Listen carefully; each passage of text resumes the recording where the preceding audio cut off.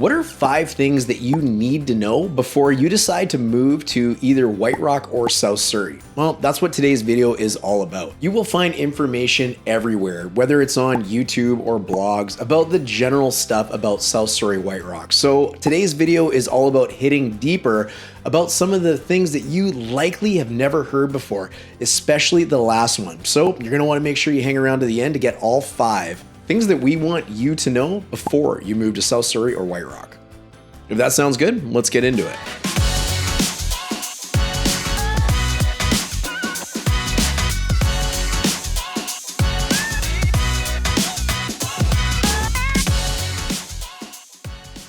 My name is Darren, a realtor with McDonald Realty and team leader of the German Group. If this is your first time on this channel and you want to know everything there is to know about moving to Surrey BC or White Rock BC or even the surrounding municipalities, make sure to subscribe and hit the bell notification so you're the first to learn about everything going on in these communities. And a lot of our videos are going to be tailored to decide if these are awesome communities for you to relocate to. We get calls and texts every single day from people just like you looking to relocate to the area. So whether you're moving in 9 days, 90 days, or even 9 months, be sure to make use of the link attached in the description of this video if you would like to book a Zoom call with me and my team to learn everything you need to know prior to making your relocation so we can help you make sure it's a smooth one. So the worst thing that could absolutely happen is you move to a new community and you don't know everything that there is to know about that community.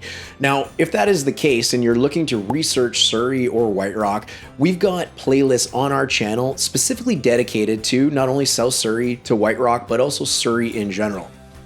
You're going to want to make sure that you check those out, but let's get into our 5 things that I want to make sure you know before you relocate to this area. The first thing that you need to know is when you move to South Surrey or White Rock, you are definitely living in the Burbs.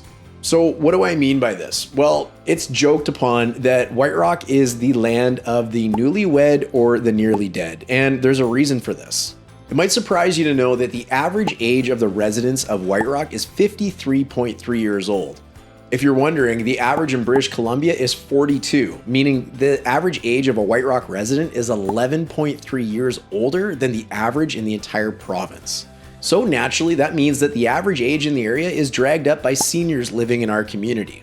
And of course, there's nothing wrong with seniors living in our community. We love having different people living everywhere. Diverse communities are what make for healthy communities. However, a lot of the area of South Surrey and White Rock, well, this means that a lot of the shopping and area is tailored to the specific needs of this demographic. Now, White Rock is trying to shake this a little bit from its image, and the areas in South Surrey and White Rock have generally been improving in terms of the age demographics over the years. However, if you're someone that's maybe a little bit younger or you have a young family, the area that I would #1 recommend for you to consider if you're relocating here is the Grandview neighborhood. Generally speaking, because of everything I have just mentioned, if you're looking for any sort of nightlife or really any restaurant experiences that aren't really chain restaurants, you're probably going to have to get out of South Surrey White Rock to go enjoy them. The second on our list is what's going on with the Semiahmoo Town Center plan, and you really want to know this if you're planning on relocating to the area. This plan really affects the Surrey side, not so much the White Rock side, but here's what's going on.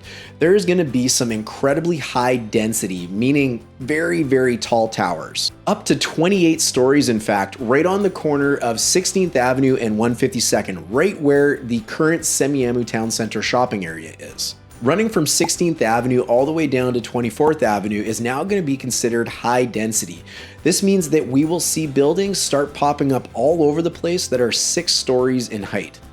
This also includes portions of the road area from 152nd Street all the way to Peninsula Village down 24th Avenue.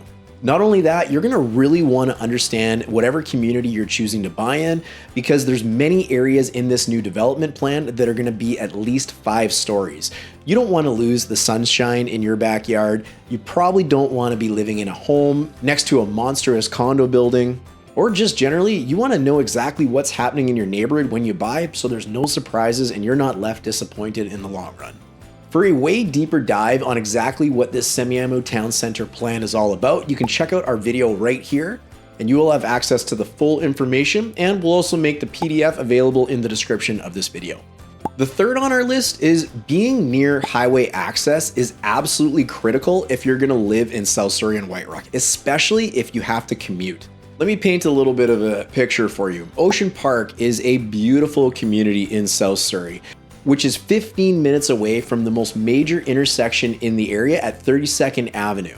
This simply means you're adding 15 minutes onto your daily commute just by being in the Ocean Park area far away from the highway access. Furthermore, South Surrey and White Rock only has 3 areas where you can actually jump onto the highway to get out of town. So if you're needing to commute to Richmond, Burnaby, Vancouver, anywhere like that, being near the highway is absolutely critical. Especially in a community where density is continuously being added, you're gonna wanna make sure that you live as close to the highway as possible, but not too close. Obviously, it might be a little noisy. The fourth on our list is South Surrey and White Rock. Well, it's far, literally, from everything else. It is tucked away down by the ocean, by the border, and it's not easily accessible to other areas of the Lower Mainland. Kind of similar to the last one we just touched on, well, South Surrey White Rock is 25 minutes to Cloverdale. It's 45 minutes just to get to the other end of Surrey.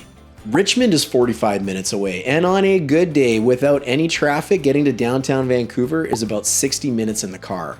You're gonna wanna know as well that, well, the transit down here, because we're so far and tucked away, it isn't great. So if you're someone that needs the bus or access to public transit, you might wanna consider how you're gonna get to work before you make any decisions to move here.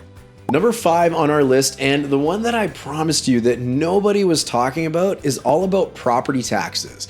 And more specifically about how much more expensive property taxes are in White Rock rather than Surrey. Let me explain that a little bit.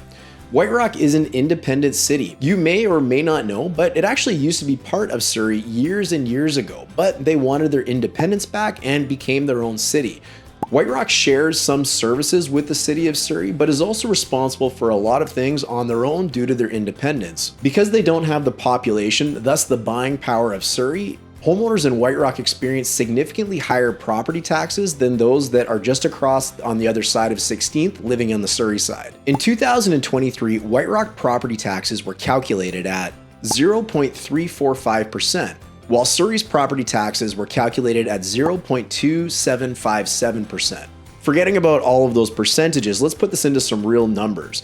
If you're a homeowner and your property value was worth roughly $1 million, which is in and around what a townhome is going to cost you in either South Surrey or White Rock, to be on the White Rock side rather than the South Surrey side, you're going to be paying an additional $693 per year just to have it say White Rock on the envelopes when you get your mail.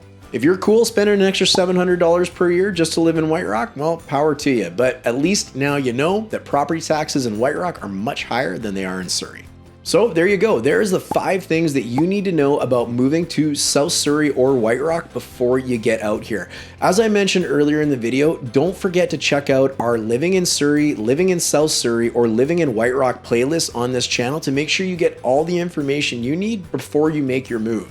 And if you are looking at relocating out here, don't forget to book a time with us so we can meet you over Zoom to let you know everything you need to know about the area prior to getting out here to make sure your move is a smooth one. Hey, look, I'm Darren with the German Group. I want to thank you for watching. Don't forget to subscribe so you don't miss out on any of the videos we're releasing on a regular basis, and we'll definitely look forward to seeing you on the next one. Cheers.